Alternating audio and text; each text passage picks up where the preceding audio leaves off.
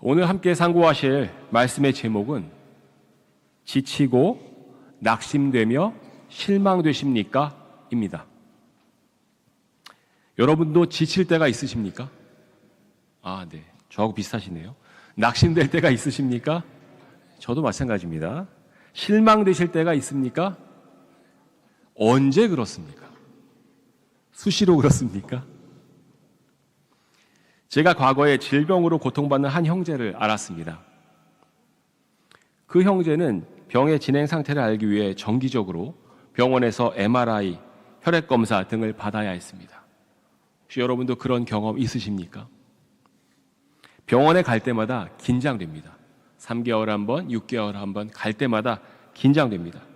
검사복을 입고 MRI 기기에 누울 때마다 걱정되고 고통스럽습니다. 그런데 검사 받는 걸로 끝이 아닙니다. 일정 기간 후에는 검사 결과를 알기 위해 의사를 만나야 합니다. 먼저 진료실에 들어가면 의사 선생님 눈치부터 봅니다. 웃음이 얼굴에 만연하면 결과가 좋은 거구나. 나 문제가 없나 보다. 좋아졌나 보다. 기쁨을 잠시 누릴 수도 있습니다. 그런데 혹여라도 컴퓨터 화면을 보면서 인상을 찌푸리면 이거 무슨 문제 있나? 검사 결과가 나쁜 거 아닌가? 그야말로 5만 가지 생각이 다 들 수 있습니다.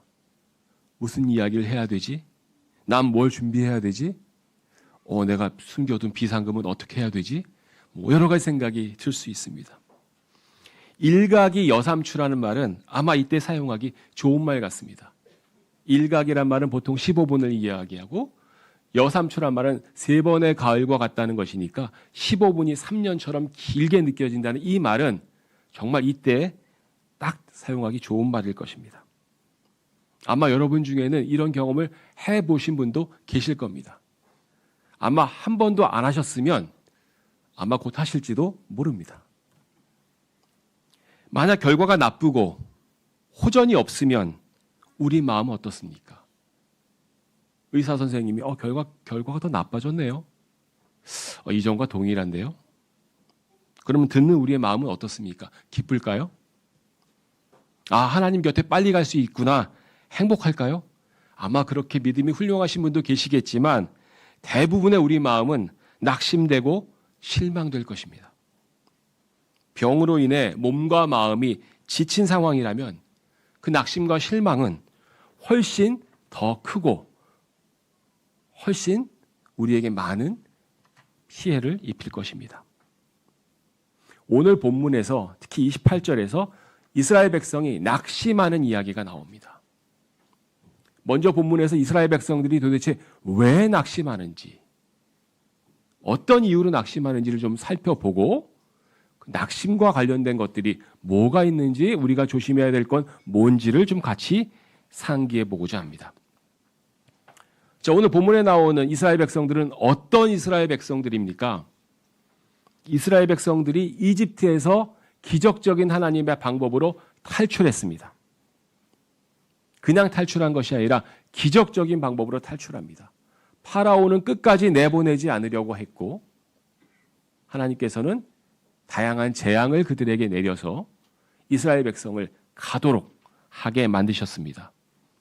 40년간의 광야에서 헤매는 시간이 있었고 어려운 시간이 있었습니다. 그리고 드디어 하나님께서 예비하신 가나안 땅으로 입성하게 됩니다. 자, 40년 동안의 그 과정이 어땠습니까? 평안하게만 했습니까? 하나님께 순종하기만 하는 즐거운 시간이었습니까? 아닙니다. 많은 일이 있었습니다. 지도자 모세를 반역하는 일도 있었고 불평분만으로 인해 혹은 범죄로 인해 하나님께 큰 징계를 받는 일도 있었습니다. 실제로는 40년 걸릴 거리가 아닌데 이리 돌고 저리 돌아서 40년 동안 광야를 헤맸습니다. 지칠 대로 지친 사람들입니다. 그런데 이제 끝이 보입니다. 이제 가나안 땅이 코앞에 왔습니다. 자, 이제 가나안 땅에 입성하기 전에 먼저 해야 할 일이 있습니다. 그 지역을 정찰해야 합니다.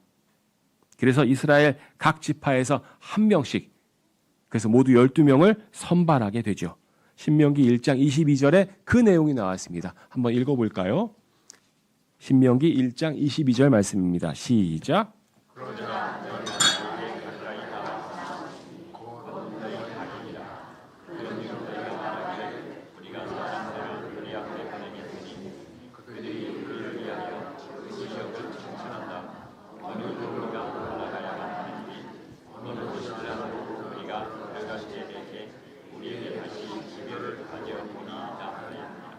사람을 보내서 지역을 정찰합니다. 왜 그렇습니까?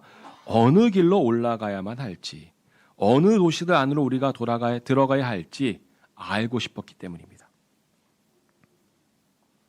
각 지역에, 각 도시들에 어떤 사람들이 살고 있는지 좀 파악해보고, 좀 쉬운 사람들이 지키는 곳, 좀 약한 사람들이 지키는 곳은 어딜까?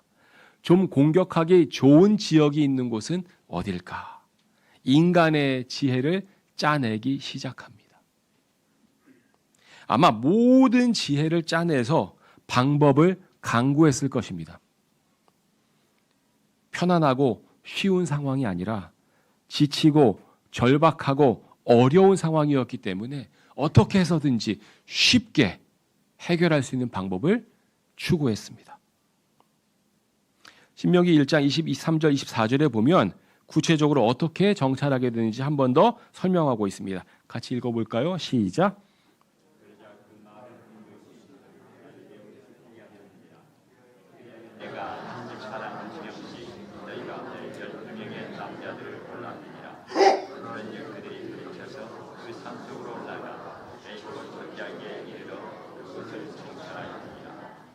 한 지파당 한 명씩 12명의 남자를 고릅니다. 이스라엘은 모두 12지파로 구성되어 있습니다.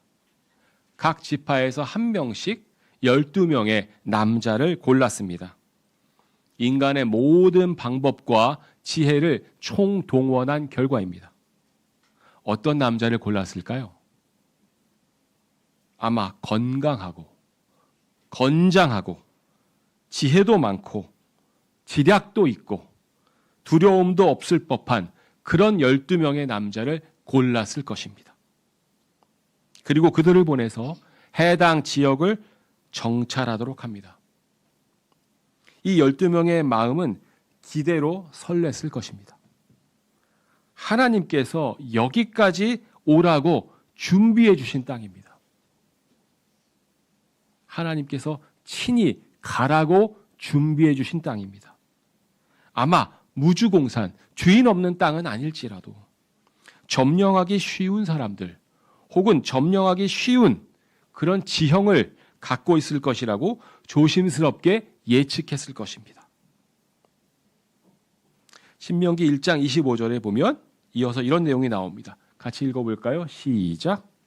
그런 다음에 그들이 자신들의 손에 그 지역의 열매를 가지고 우리에게로 그것을 가지고 내려왔으며 우리에게 다시 기회를 가져와 말하기를 그것은 주 우리 하나님께서 우리에게 주시는 좋은 지역이라 하리였느니라. 그들이 자신들의 손에 그 지역의 열매를 가지고 내려왔다라고 얘기하고 있습니다. 자, 이 열매가 혹시 무슨 과일인지 기억하십니까? 민수기 13장에 보면 현아야 뭐라고?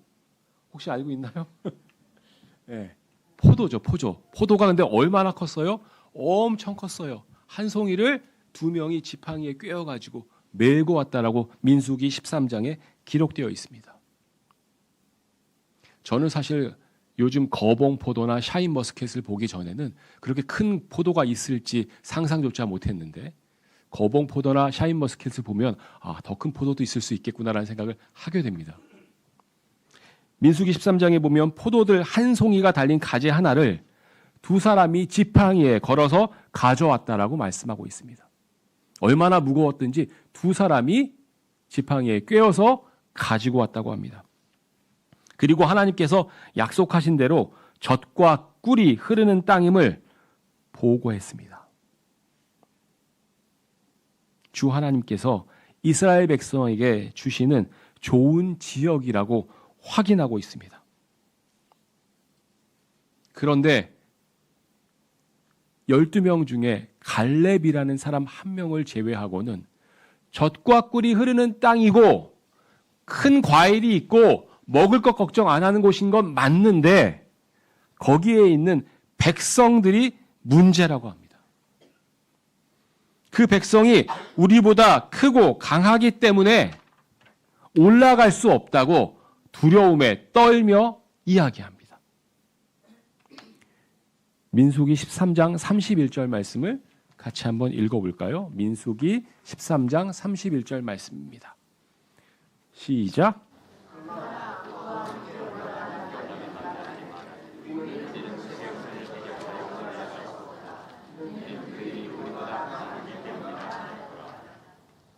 거기 있었던 백성을 성경은 안악자손이다라고 이야기합니다. 안악자손은 골리앗을 포함한 거인족들을 이야기합니다. 그냥 1m 80cm, 90cm 되는 거인이 아니라 3m 이상 되는 거인이 실제로 거기에 아마 살았을 것입니다. 골리앗과 같은 거인들이 거기에 있었을 것입니다. 그래서 갈렙을 제외한 다른 사람들은 다 이렇게 얘기합니다. 우리는 그 백성을 대적하여 올라갈 수 없도다. 사람의 눈으로 보기에는 두렵습니다. 하나님이 가라 하셨을지라도 두렵습니다. 우리는 올라갈 수 없다. 이는 그들이 우리보다 강하기 때문이라. 하나님께서 명령하셨음에도 불구하고 이스라엘 백성과 하나님이 함께 하심에도 불구하고 눈에 보이는 큰 커다란 안악자손이 두려워 우리는 그 백성을 대적하여 올라갈 수 없다라고 선언하고 그 땅으로 가는 것을 거부하고 있습니다. 하나님께서 이 상황에 대해서 어떻게 판단하셨을까요? 하나님께서 명령하셨습니다. 그 땅에 가라. 그 백성을 대적하여 올라가라. 그런데 그들은 올라가려 하지 않았습니다. 그랬을 때 하나님은 그 상황을 반역이다라고 표현하고 있습니다. 신명기 1장 26절 말씀입니다. 신명기 1장 26절 말씀. 다 같이 읽어볼까요? 시작.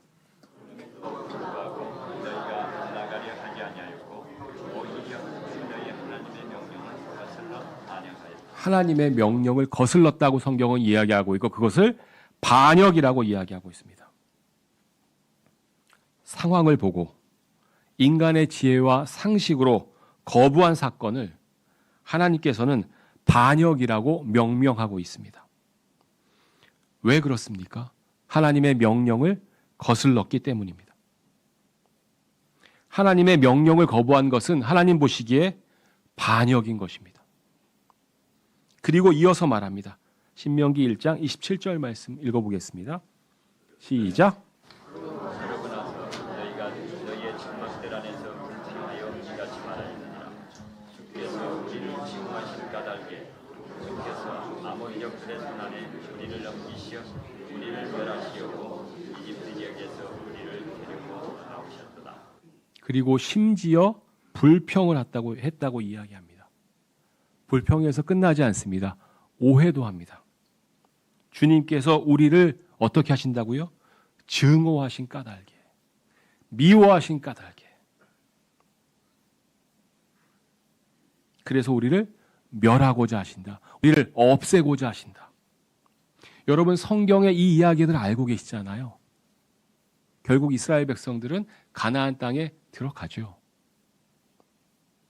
사실은 역사를 알고 있는 우리들의 입장에서는 하나님께서 이들을 멸하려고 이집트 지역에서 데리고 나오신 것이 아니라는 것을 알고 있습니다. 우리는 그 사실을 알고 있습니다. 모든 상황을 전후 좌우로 성경 기록의 근거에 알고 있는 우리는 이들이 아모리족들의 손에 넘기지 않는다는 것을 알고 있습니다. 그럼에도 불구하고 이들은 주 하나님께서 자신들을 증오하고 미워하신다고 오해합니다. 그리고 지금까지 먹여주시고 이곳까지 이집트의 압제와 속박에서 벗어나게 해주신 하나님께 불평했다고 성경은 이야기하고 있습니다. 그리고 28절에 보면 이스라엘 형제들이 같은 이스라엘 동족의 마음을 낙심시켰다고 말씀하고 있습니다. 신명기 1장 28절 말씀입니다. 같이 한번 읽어볼까요? 시작. 우리가 어디로 올라가야 합니까? 우리 형제들이 우리의 마음을 낙심시키며 말하기를 그 백성은 우리보다 강대하고 키가 크다. 그 도시들은 거대하고 하늘까지 승벽으로 들려 있도다. 그리고 이뿐만 아니라 우리가 거기서 아낙 족속들의 자손들을 완노라 하였도다. 자, 낙심이 왜 생겼습니까? 우리 조금 전에 살펴본 것처럼 불평과 오해 때문에 생겼습니다. 누가 낙심하도록 만들었습니까? 형제들이 마음을 낙심하도록 만들었다고 성경은 이야기하고 있습니다. 하나님께서 자신을 미워하신다고 생각하고 하나님께서 자신들을 멸하고자 하신다고 오해했습니다. 그리고 자신들의 상황을 불평합니다. 지금까지 자신들을 지키시고 먹이시고 재우시고 살피신 하나님께 불평합니다. 이러한 오해와 불평이 원인이 되어 낙심하게 되었습니다. 또 누가 낙심시켰습니까? 주위의 다른 이스라엘 동족과 형제들이 낙심시킵니다. 낙심이라는 말은 한자로 마음이 바닥으로 떨어지는 것입니다. 바라던 일이 이루어지지 않아서 마음이 상하는 것이 낙심입니다. 우리가 하나님을 오해하고 불평하면 다른 형제들의 마음이 낙심될 수 있습니다. 나에게만 낙심이 되는 것이 아니라 다른 형제들도 자매들도 낙심될 수 있습니다. 따라서 오해와 불평은 조심하고 또 주의해야 합니다. 하나님께도 그렇고 다른 형제 자매들에게도 그렇습니다. 그래서 이 말씀의 근거에서 낙심에 대해서 조금 더 제가 살펴보기를 원합니다. 낙심이란 말도 있고요. 낙심하고 좀 비슷한 의미의 말은 뭐가 있을까 생각해 봤습니다. 제가 생각한 것은 두 가지가 더 있었습니다. 지치다, 실망하다. 지치다, 실망하다, 낙심되다. 다 비슷한 의미의 뜻이, 비슷한 의미를 갖고 있다고 할 수 있을까요? 그래서 오늘 이 세 가지 말에 대해서 공부하고자 합니다. 실망, 낙심, 지치다. 순서를 실망으로 먼저 잡았어요. 실망, 낙심, 지치다.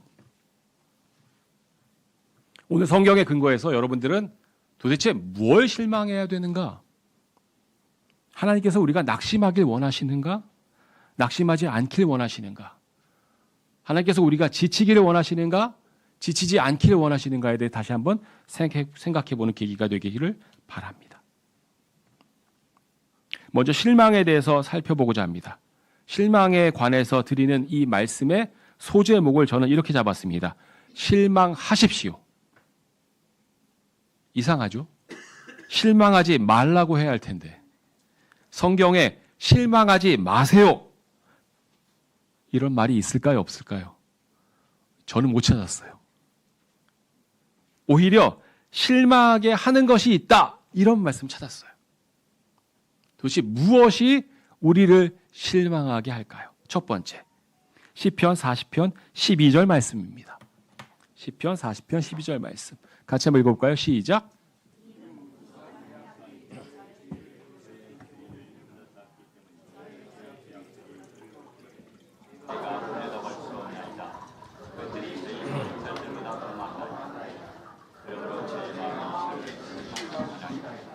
이미 답이 나왔네요. 무엇이 나를 실망시킵니까? 자기의 마음이. 근데 그 마음은 무엇으로 가득 찼습니까? 죄악들이 가득 찼습니다. 그래서 제가 실망하십시오 말씀드렸어요. 무수한 해악들이 주위를 둘러싸면 참으로 힘이 듭니다. 질병이 될 수도 있고 경제적 고통이 될 수도 있고 나를 저주하는 사람도 있고 이간질하는 사람도 있고 이유 없이 오해하는 사람도 있습니다. 그때 나 자신을 보게 됩니다. 내가 아무런 죄가 없는 경우도 있지만 나 또한 많은 죄가 있는 사람인 것을 절감하게 될 때도 있습니다. 스스로 죄악을 세워보니 너무 많습니다. 너무 죄가 많아서 감히 하나님을 올려다 볼 수도 없습니다. 머리털보다 많은 죄악을 스스로 생각해 보니 참으로 저 자신이 저를 실망시킵니다. 제 마음이 저를 실망시킵니다. 자기 마음이 자기를 실망시킬 때 충분히 실망하십시오. 두 번째, 마음만 저를 실망시키는 것이 아닙니다. 시편 142편 4절 말씀 보겠습니다. 시편 142편 4절입니다. 읽어볼까요? 시작.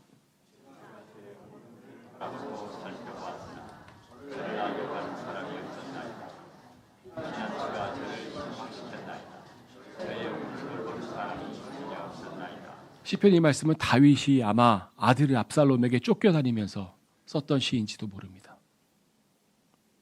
다윗은 참으로 훌륭한 사람인데요. 운명으로 보자면 참 기구한 운명의 사람입니다.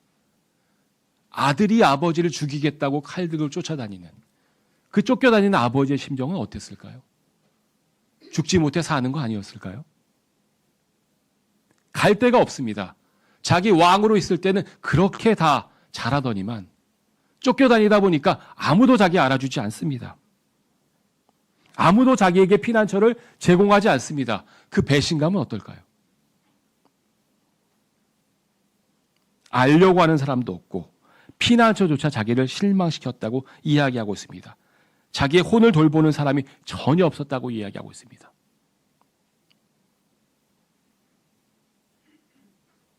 피난처, 곧 사람들이 제공해 주는 피난처라는 걸 생각한다면 사람들이 곧 자신을 실망시키는 것을 알 수 있습니다.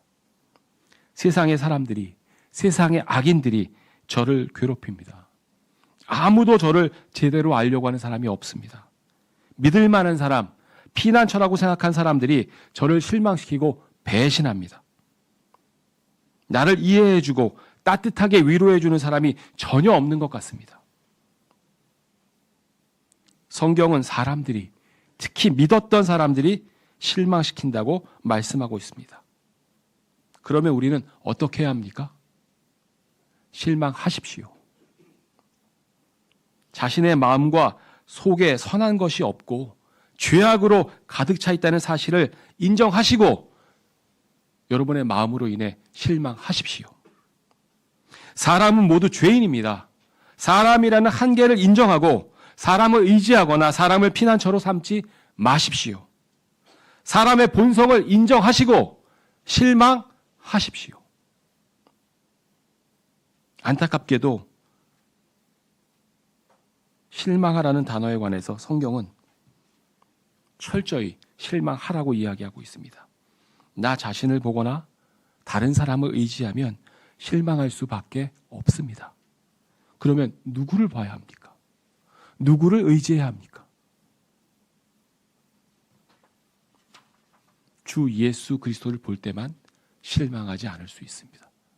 자신에 대해서, 사람에 대해서 실망하십시오 라고 성경은 이야기하고 있습니다.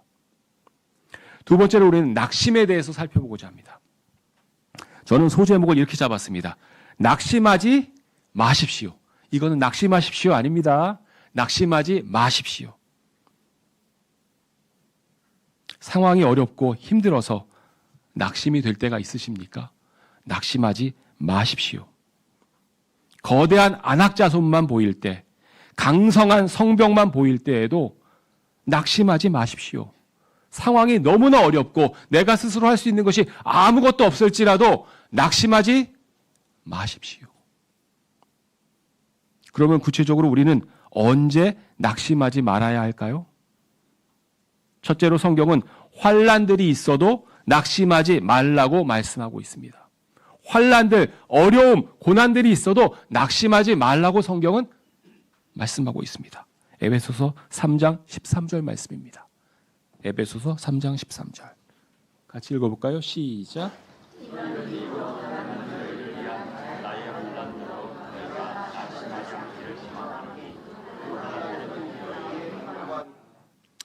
자, 여기서 나는 사도 바울일 겁니다. 에베소서의 저자 사도 바울. 너희는 아마 구체적으로는 에베소 교회의 성도들, 형제 자매님들이었을 것입니다. 나는 너희를 위한 나의 환난들로. 나의 환난이에요. 사도 바울의 환난이에요. 사도 바울이 지금 감옥에서 고통받고 있고 여러 번 매도 맞았고 복음 전하다가 죽을 뻔한 적이 3번이나 있고 나의 환난들로. 근데 그 나의 환난은 누구를 위한 환난이에요? 너희를 위한. 내가 너희를 위해서 복음을 전하거나 고생을 하거나 헌신하려거나 도와주려고 하다가 이렇게 환난들을 당하는데 너희가 낙심하지 않았으면 좋겠다. 그 환난들은 누구의 영광이라고요? 사도 바울의 영광이에요. 나의 영광이 아닙니다. 환난은 누가 받았어요? 사도 바울이 받았어요. 그런데 영광은 누가 받아요? 네. 너희의 영광이라 나와 있습니다. 환난은 늘 있습니다. 여러분 어려움과 고난은 늘 있습니다. 건강의 어려움, 재물의 어려움, 관계의 어려움. 여러분 이런 거 하나도 없으십니까? 예, 없으시면 너무 걱정하지 마십시오. 곧 생길 수도 있습니다. 그런데 오늘 성경은 다른 관점을 이야기하고 있습니다. 너희를 위한 나의 환난들이 있다고 말씀하고 있습니다. 에베소 교회 성도들을 위해서 사도 바울이 갖고 있는 환난들이 있다고 말씀하고 있습니다. 사도 바울은 많은 박해를 받고 고난을 당했습니다. 복음을 전하다가 대부분 이런 고난을 당했습니다. 그리고 이 환난들은 궁극적으로 에베소 교회와 무관하지 않습니다. 에베소와 다른 지역들에서 복음을 전하다가 주어진 환난들이기 때문입니다. 따라서 이 환난들은 사도 바울의 환난들이지만 에베소 교회를 위한 그 교회 형제 자매들을 위한 환난들입니다. 그런데 이 환난들은 또한 영광이라고 성경은 이야기하고 있습니다. 근데 그 영광은 사도 바울의 영광이 아니라 누구의 영광이에요? 에베소 교회의 영광입니다. 환난은 사도 바울의 환난이었는데 영광은 에베소 교회의 영광입니다. 환난 받는 대상은 사도 바울이었는데 영광 받는 대상은 에베소 교회입니다. 환난들을 받아서 인내하고 참고 견뎌내는 사람에게도 영광이 있을 것입니다. 시련이 인내를 낳고 인내가 여러 가지 복과 영광을 당연히 낳을 것입니다. 사도 바울은 고난받은 것이 오히려 유익이라고 말했으니까요. 그런데 제가 오늘 말씀드리고 싶은 포인트는 환난받는 형제 자매들을 위해서 돕고 기도하고 위로하고 함께 있어준 사람들에게도 영광이 있을 것이라는 사실입니다. 사도 바울이 감옥에 갇혀 있는 동안 에베소 교회 사람들은 사도 바울을 잊고 지냈을까요? 아니요. 감옥에서 고통받는 사도 바울을 위해 기도하고 음식도 제공하고 위로하고 고통을 나누려고 고생했습니다. 노력했습니다.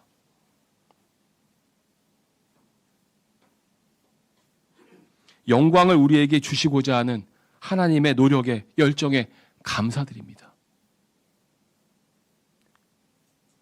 고난받는 사람에게만 환난받는 사람에게만 영광을 주는 것이 아니라 그 환난받는 사람을 위해 기도하고 고통을 나누고 함께 있어준 사람에게도 영광을 주시겠다고 하시니 이 하나님께 얼마나 감사한지 모르겠습니다. 저는 별로 고난받은 것이 없어도 사도 바울을 위해 기도하고 돕고 마음을 함께했던 에베소 교회 형제 자매들에게 영광이 있었던 것처럼 오늘 우리 교회에서도 주위에 고난당하는 환난당하는 형제 자매들이 있습니까? 그들을 위해 기도해주고 계십니까? 그들과 마음을 함께 나누고 계십니까?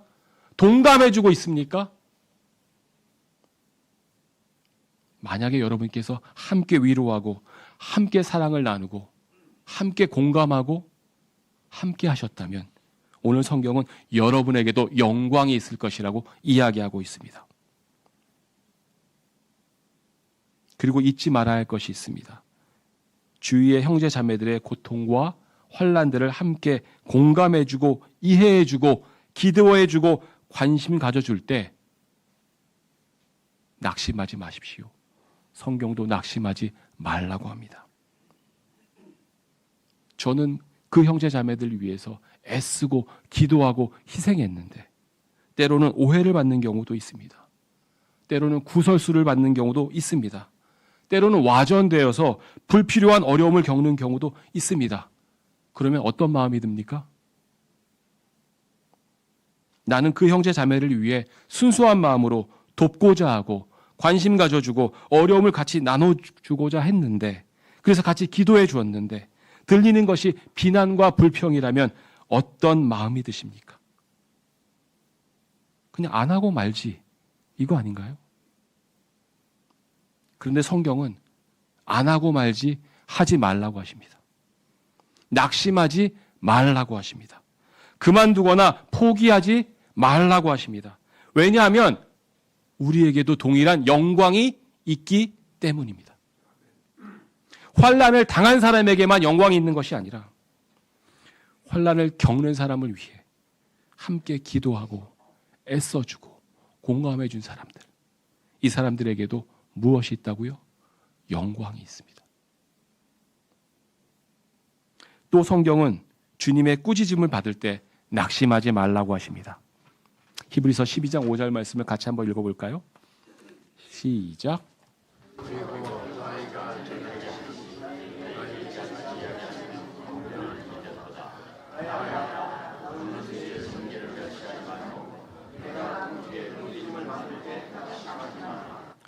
주의 징계를 받으면 어떻습니까?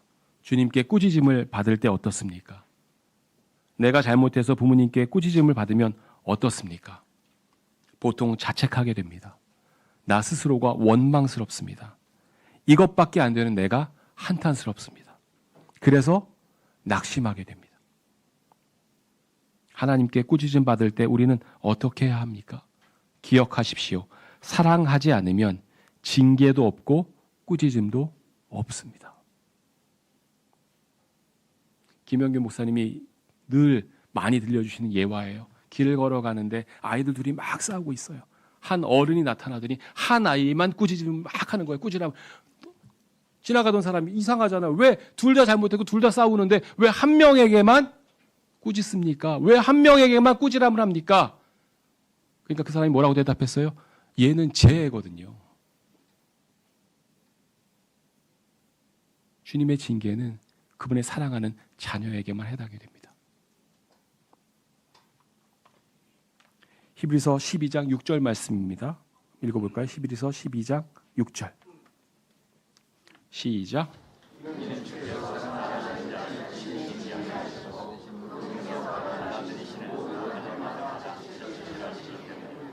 사랑하지 않으면 징계도 없고 꾸짖음도 없습니다. 친히 징계하시고 꾸짖으시고 채찍질하시는 것은 왜일까요? 잘 되라고. 잘 되라고입니다. 사랑하기 때문입니다. 아들의 종아리를 친히 회초리로 때린 아버지는 보통 밤에 슬쩍 가서 아들 잘 때 다리 한번 만져봅니다. 그리고 스스로 되새겨봅니다. 이렇게 때렸어야 했을까? 가끔 바셀린도 발라줍니다. 이것이 우리 하나님 아버지의 마음입니다.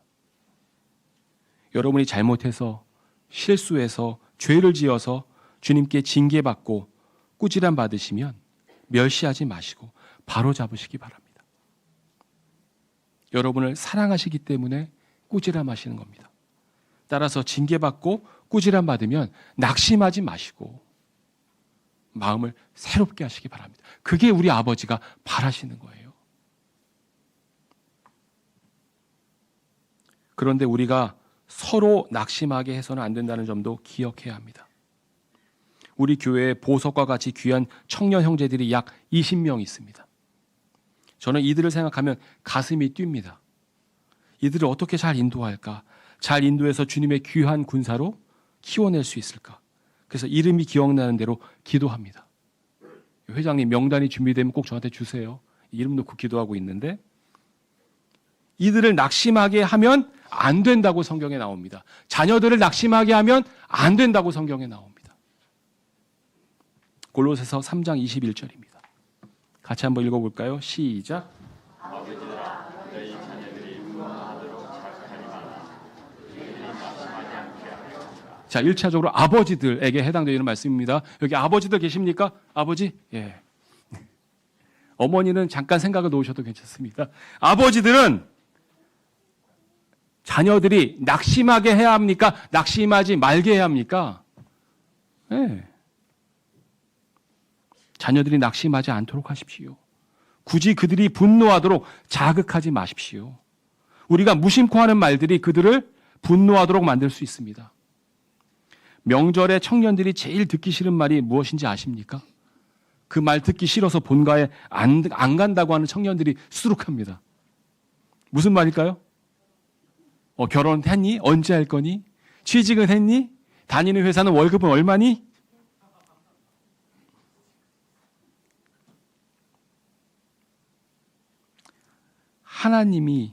하나님도 우리를 낙심하지 말라고 하시는데 우리가 무슨 권리로 우리의 귀한 형제이자 자녀인 그들에게 분노를 자극해서 낙심하게 할 수 있습니까? 우리 청년들을 사랑해 주시고 기도해 주시고 낙심하지 않도록 각별히 돌봐주시기 바랍니다. 여기 나와 있는 것 자체가 저는 얼마나 귀한지 모릅니다.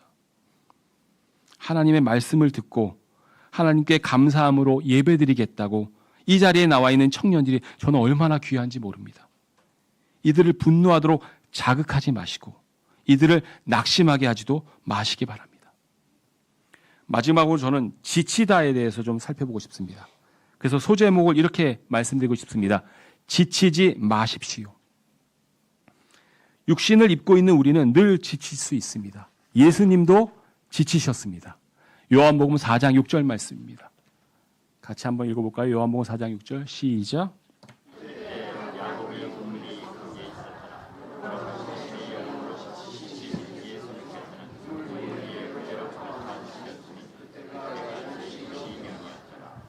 예수님도 여정이 과하시면 지치십니다. 육신을 갖고 계셨기 때문입니다. 육신을 동일하게 갖고 계신 여러분도 가끔 지치십니까? 일이 과하거나 상황이 어렵거나 수면이 부족하면 지칠 수 있습니다. 우리도 지치는 것이 당연합니다. 아니, 모든 분이 지칠 수 있습니다. 근데 우리는 언제 지칠 수 있습니까? 그리고 지치지 않으려면 어떻게 해야 합니까? 먼저 예수 그리스도를 깊이 생각하면 지치지 않을 수 있다고 성경은 말씀하고 있습니다. 히브리서 12장 3절입니다. 히브리서 12장 3절 같이 읽어볼까요? 시작.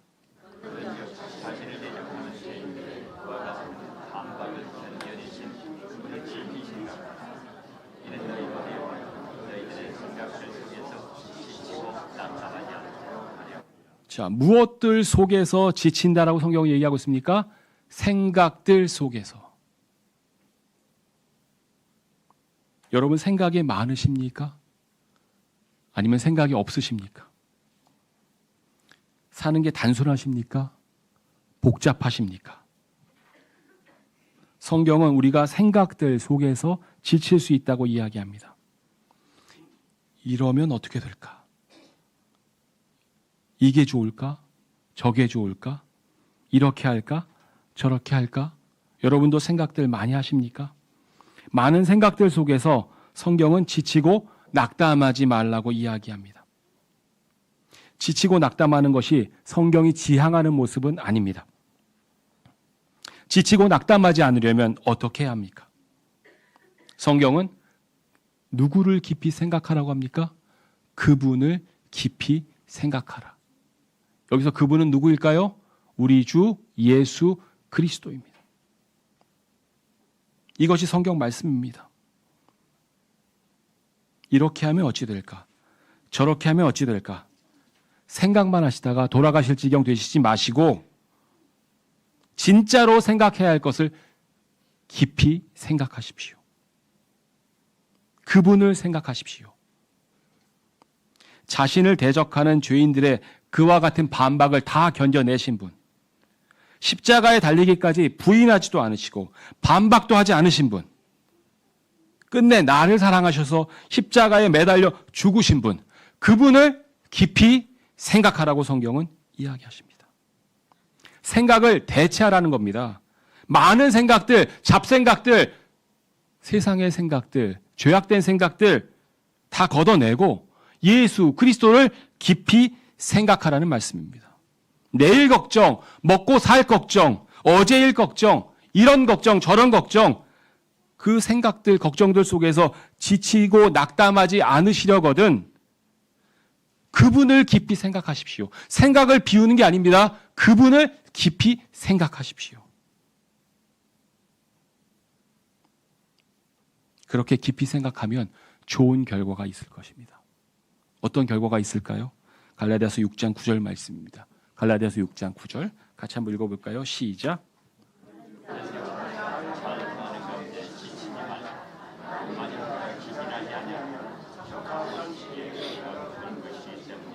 여러분이 잘 행하고 계십니까? 주님께 감사함으로 자원함으로 교회에서 다른 분을 잘 섬기고 계십니까? 고린도전서 13장에 나오는 형제 사랑을 실천하고 계십니까?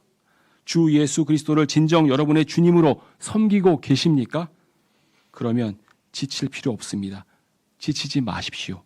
적합한 시기에 우리가 거둘 것이기 때문입니다. 고린도전서 13장 4절 말씀을 같이 한번 읽어보겠습니다. 시작.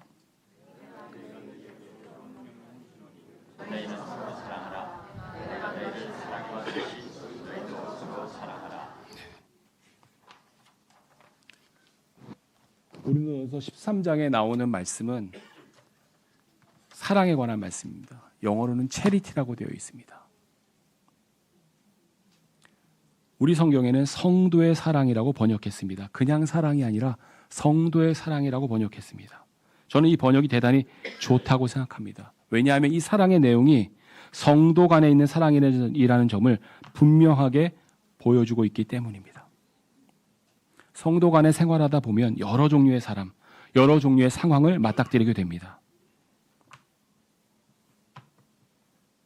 고린도전서 13장 1절에 보면 성도의 사랑은 오래 참고 친절한다고 되어 있습니다. 한 번 참아서는 안 됩니다. 두 번 참아서도 잘 안 됩니다. 10번 참아도 잘 안 될 때가 있습니다. 그래서 오래 참아야 합니다. 그리고 성도의 사랑은 친절해야 한다고 이야기합니다. 그런데 친절하지 않은 사람이 꼭 있습니다. 나와 불편한 일도 없는데 괜히 불친절한 사람이 있습니다. 사소한 것에 시비를 걸고 가슴 아프게 합니다. 그래도 성도의 사랑은 친절한 것입니다. 성도의 사랑은 시기가 없습니다. 시기하지 않습니다. 아무리 성도라도 시기의 벽을 넘기 어려울 때가 있습니다. 여러분은 그렇지 않으시겠지만 많은 사람들이 사촌이 논을 사면 어디가 아플까요? 배가 아픕니다. 요즘엔 이렇게 이야기합니다. 이웃집 아이가 서울대를 가면 우리 집 아이를 볼 때 한숨이 나온다. 성도 간에는 어떻습니까? 옆에 형제가 잘 되면 축하하는 마음만 있습니까? 배 아픈 마음은 없습니까? 그러나 기억하십시오. 성도의 사랑은 시기하지 않습니다. 성도의 사랑은 과시하지도 않습니다. 자신의 지식, 학식, 부유함을 과시하지 않습니다. 모든 것이 잠시 있다가 사라지는 안개와 같음을 알기 때문입니다. 혹시 우리 교회 가운데에서도 여러분이 이런 일 때문에 상처받은 적이 있으십니까? 우월한 성경 지식, 부유함, 똑똑한 자식, 뛰어난 노래 실력, 이런 것들로 인해 상처받은 적이 있으십니까? 만약 상처받으셨다면 걱정하지 마십시오. 성도의 사랑이 조금 부족할 뿐이기 때문입니다. 여러분이 이 성도의 사랑을 가지고 진심으로 다른 사람을 대할 때 설령 그가 상처를 줄지라도 오래 참을 수 있습니다. 참고 더 이상 참지 못할 것 같을 때가 있을지라도 이 말씀에 근거하여 참을 수 있습니다. 상대방을 내가 친절하게 대하는데 그는 여전히 나에게 불친절함으로 응대합니까? 시기를 잘하는 성도가 옆에 있어서 견디기 힘드십니까? 과시하는 분이 계셔서, 우쭐대는 분이 계셔서 견디기 힘드십니까? 지치지 마십시오. 조금만 더 참으십시오. 성경에 따르면 적합한 시기가 오면 거둘 것이라고 이야기하고 있습니다. 이 땅에 무한한 것은 없습니다. 적합한 시기가 오면 여러분의 오래 참음과 인내는 좋은 열매를 거둘 것이기 때문입니다. 정리하겠습니다. 오늘 우리는 지치다, 또 낙심, 실망이라는 단어가 성경에서 보여주는 의미에 대해서 공부했습니다. 먼저 실망하라고 이야기합니다. 실망하지 말라가 아니라 실망하라고 이야기합니다. 무엇에 대해 실망하라고 이야기합니까? 여러분 자신과 여러분의 죄에 대해 실망하라고 이야기합니다. 죄악으로 가득 찬 여러분의 마음에 대해 실망하라고 이야기합니다. 또 다른 사람에 대해 실망하라고 말씀하십니다. 죄악으로 가득 찬 우리 자신과 다른 사람들은 우리가 신뢰할 수 있는 대상이 아닙니다. 우리의 피난처도 아닙니다. 이들에게 충분히 실망하시고 소망을 오직 우리 주 예수 그리스도께만 두시기 바랍니다. 더 이상 믿을 수 없는 것들을 믿다가 실망하지 마시기 바랍니다. 또 성경은 낙심하지 말라고 하십니다. 우리는 낙심하지 말아야 합니다. 환난들이 있을 때 낙심하지 말아야 합니다. 우리에게 장차 영광이 있을 것이기 때문입니다. 더 나아가 환난들이 있는 형제 자매들을 위해 기도하고 도와주고 공감하는 노력을 게을리하지 마시기 바랍니다. 환난들이 그들에게 있을지라도 장차 영광은 우리 모두에게 있을 것이기 때문입니다. 또 주님의 꾸짖음과 질책을 받을 때 낙심하지 마시기 바랍니다. 주님께서 우리를 꾸짖으시는 이유는 우리가 주님의 사랑하는 자녀이기 때문입니다. 사랑하지 않으면 꾸짖음도 없습니다. 그리고 자녀들을 낙심하게 하지 마시기 바랍니다. 하나님께서 우리가 낙심하지 않기를 바라시는데 우리가 자녀들을 낙심하게 하면 어떻겠습니까? 자녀들의 분노를 자극하는 말로 자녀들을 낙심하게 하지 마시기 바랍니다. 우리 교회 귀한 자녀들을 낙심하게 하지 마시기 바랍니다. 마지막으로 지치지 말라고 성경은 말씀하고 있습니다. 우리가 육신을 입고 있으면 누구나 지칠 수 있습니다. 예수님도 여정으로 인해 지치신 적이 있습니다. 그러나 우리는 많은 생각들 속에서 지치지 말아야 합니다. 여러분 생각이 많으십니까? 생각이 너무 많으면 안 됩니다. 생각도 하시되 예수 그리스도를 깊이 생각하시기 바랍니다. 많은 생각들로 지치고 낙담하시면 안 됩니다. 오히려 예수 그리스도를 깊이 생각하시고 죄인들의 반박을 견뎌내신 예수 그리스도를 깊이 생각하시고 십자가의 길에 아무 죄가 없으신데도 불구하고 부인도 안 하시고 반박도 안 하시고 지신 예수님을 깊이 생각하십시오. 억울하시고 분하셨지만 한마디 불평도 없으셨고 부인도 없으셨던 그분을 깊이 생각하십시오. 그리고 성도의 사랑을 기억하십시오. 성도의 사랑을 행하더라도 상대방은 여전히 참을 수 없는 언행을 하고 불친절하고 시기할 수 있습니다. 나는 그렇게 실천하려고 노력하는데 상대방은 성도의 사랑에 관심도 없습니다.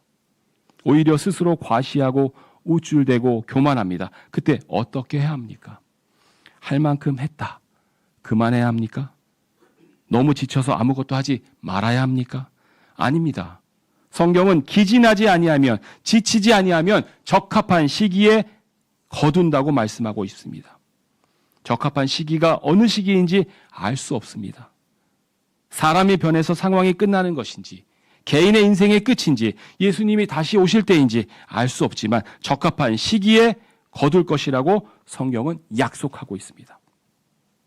사랑하는 형제 자매 여러분, 자신의 마음과 다른 사람을 신뢰하지 마십시오. 충분히 실망하십시오. 오히려 자신과 주위의 환난들로 낙심하지 마십시오. 낙심하지 않으면 다른 사람들의 환난들에도 함께 동참하고 낙심하지 않으면 여러분도 같이 영광을 받게 될 것입니다. 주님의 징계를 받을 때 낙심하지 마십시오. 사랑하는 자녀라서 징계하실 뿐입니다.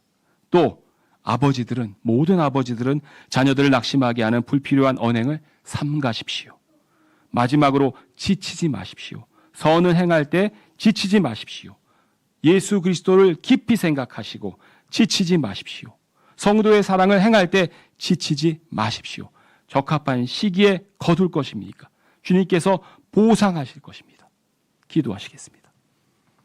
하나님 아버지, 우리 자신에 대해서 실망하고 오직 주 예수 그리스도만 신뢰할 수 있도록 도와주십시오. 우리가 주님을 따를 때 낙심하지 않도록 도와주시고 지치지 않도록 도와주십시오. 예수님의 이름으로 기도합니다.